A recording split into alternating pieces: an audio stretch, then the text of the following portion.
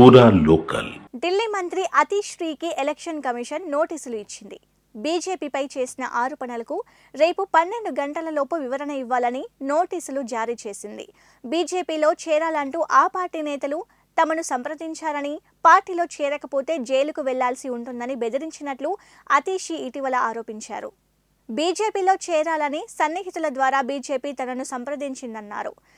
బీజేపీలో చేరకపోతే మరో నెలలో తనను ఈడీ అరెస్టు చేస్తుందని చెప్పారు. సీఎం కేజ్రీవాల్ జైల్లో ఉన్నప్పటికీ ఆమ్ ఆద్మీ పార్టీ ఇప్పటికీ యూనిటీగా బలంగా ఉందన్నారు. అయితే బీజేపీ నేతలు ఆమ్ ఆద్మీ పార్టీ తదుపరి నాయకత్వాన్ని జైల్లో పెట్టాలని యోచిస్తున్నారని ఆరోపించారు.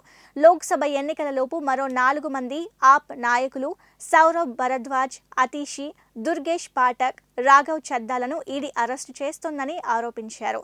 దీంతో వ్యాఖ్యలపై వివరణ ఇవ్వాలంటూ ఈసీ అతీషికి నోటీసులు పంపింది.